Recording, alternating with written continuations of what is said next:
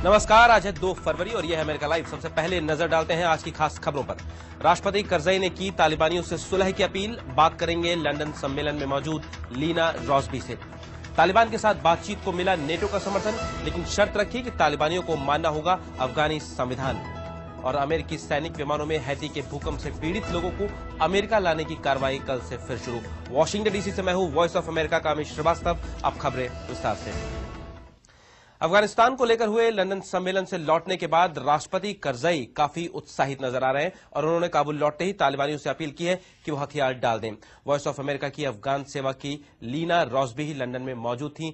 हमने लीना से बात की ये जानने के लिए कि आखिर करज़ई ने लंदन में लगभग 70 देशों के नेताओं के सामने क्या कहा।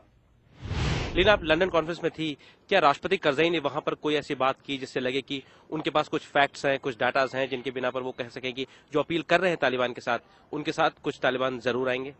करज़ई के पास कुछ भी नहीं था तालिबान के साइड में, मगर वो कह रहा था कि वो ये जो प्लान है अपील करने के लिए और तालिबान के साथ बात करने के लिए, ये अफगान तालिब के लिए है और तालिब जो दूसरे कंट्रीज से अफगानिस्तान में आई है उसके लिए नहीं, वो लीडरशिप ग्रुप जो है उसके लिए भी नहीं।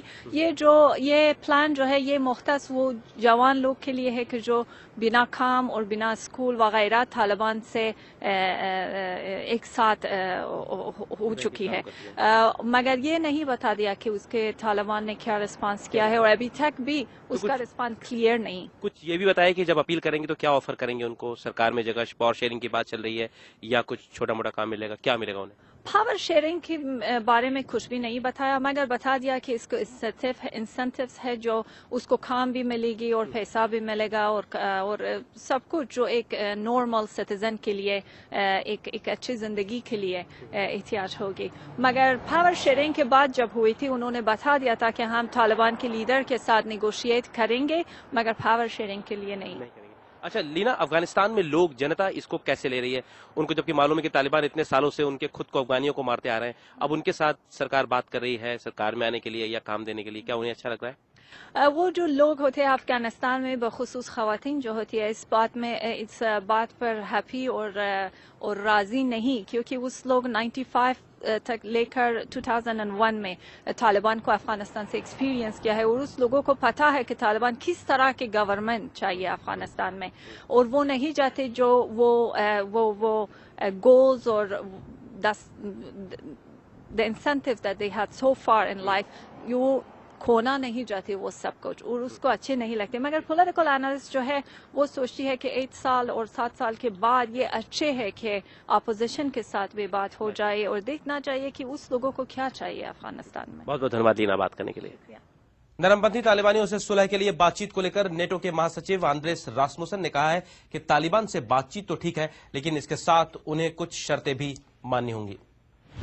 नेटो के महासचिव आंद्रेस रासमुसन ने तालिबान के कुछ गुटों के साथ बातचीत की। राष्ट्रपति हामिद करज़ई की पहल का समर्थन तो किया, लेकिन साथ में कुछ शर्तें भी रखी। उन्होंने कहा कि तालिबानियों को अफगानी संविधान को मानना होगा।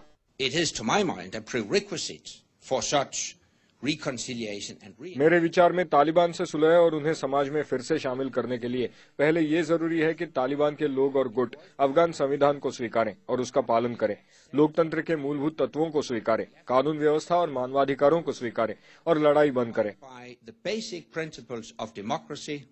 रासमुसन ने यह भी बताया कि लंदन सम्मेलन में शामिल 70 देशों में से लगभग 40 देशों ने वादा किया है कि वो अफगानिस्तान में अतिरिक्त सैनिक भेजेंगे, जिससे अमेरिकी कमांडर मक्रिसिल द्वारा की गई 40,000 अतिरिक्त सैनिकों की मांग पूरी हो जाएगी। अमेरिका पहले ही 30,000 अतिरिक्त सैनिक भेजने का ऐलान कर चुका है। लेकिन रासमुसन ने बताया कि जहां तक अफगानी सेना और पुलिस को प्रशिक्षण देने की बात है, इस मामले में नेटो को बड़ी संख्या में प्रशिक्षकों की जरूरत है। Anshuman Apte, voice of America. Haiti में आए भूकंप के बाद से अमेरिकी सेनाएं इलाज के लिए मरीजों को अमेरिका ला रही थी, लेकिन इलाज के खर्च को लेकर योजना के सवाल पर ये उड़ानें बंद कर दी गई थी। लेकिन कल से ये सेवा फिर से शुरू कर दी गई है। इन उड़ानों को बंद करने की खबर बुधवार को आई जब फ्लोरिडा के गवर्नर चार्ली क्रिस्ट ने अमेरिकी सरकार से पूछा था कि खर्च का भुगतान कौन करेगा।